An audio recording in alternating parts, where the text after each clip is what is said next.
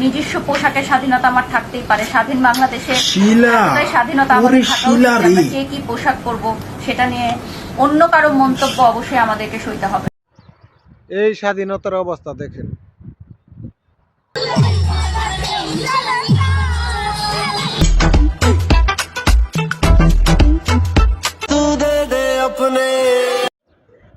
তোমাকে এই স্বাধীনতা দিয়ে এই দেশের আজকে এই অবস্থা।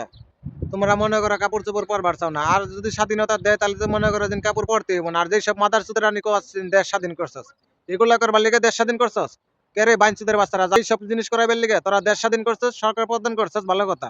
তারা ভালো কিছু করবি।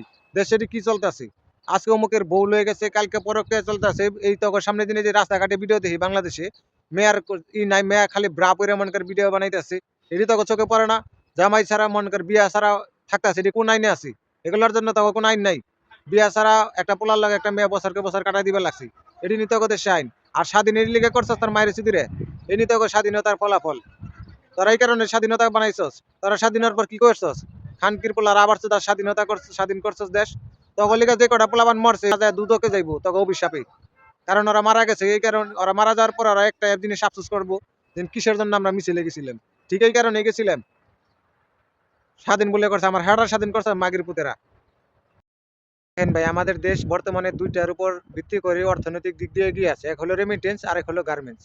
তো স্বাধীনতার নামে তারা অশ্লীলতা করে এই জামা কাপড়গুলো দেখতে দেখতে ছোট করে ফেলছে। মনে করেন আগে ছিল পুরা জামা কাপড়, এখন হাফ প্যান্ট ফুল প্যান্ট এগুলা ইউজ করে। আস্তে আস্তে দেখা যাবে পেন্টি ব্রা এগুলা ব্যবহার করে। তখন কিন্তু এটা আপনার সমাজের একটা দৈনন্দিন কাজ হয়ে যাবে। কারণ এটা দেখতে দেখতে একটা ট্রেন্ডিং চলে আসবে যে না বড় কাপড় পরে কি হবে, ছোট কাপড় পরে তো ভাইরাল হওয়া যায়। তখন প্লাবন এগুলা শিখতে শিখতে এই বড় কাপড় ছোট কাপড় এগুলা সব বড় কাপড় বাদ দিয়ে দিবে, ছোট কাপড় পরবে। তখন গার্মেন্টসে কি হবে, এত কাপড় চোপড় তৈরি হবে না।